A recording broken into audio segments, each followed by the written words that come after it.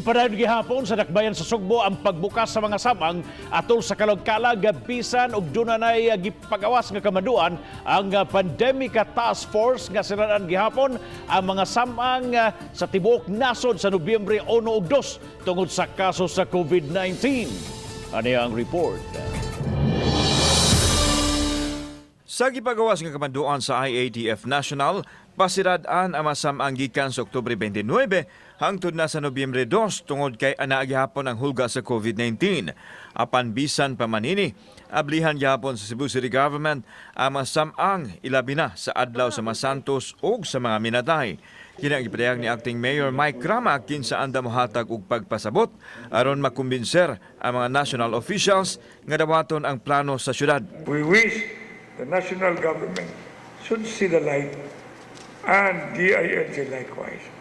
We seek for their respect.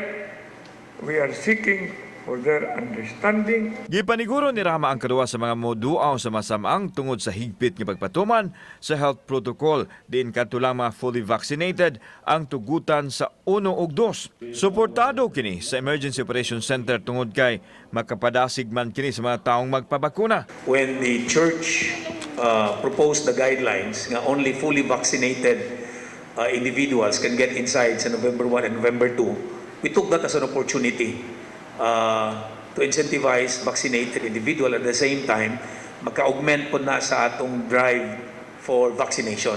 Samtang nakahanay na ang security preparations sa Cebu City Police ug sa probe alang sa kalagkalag. One entrance, one exit policy. Then there will be no face mask, no face shields, no entry. Then social distancing signages and other markings to be provided by the staff of the cemetery. Basahon nimo ang direktiba, adunay 30-meter radius nga strictly no vendors allowed. So, patuman jud na nato. Kauban si Cleofer Lumayag, ako si Alan Domingo. Balitang Bisdak.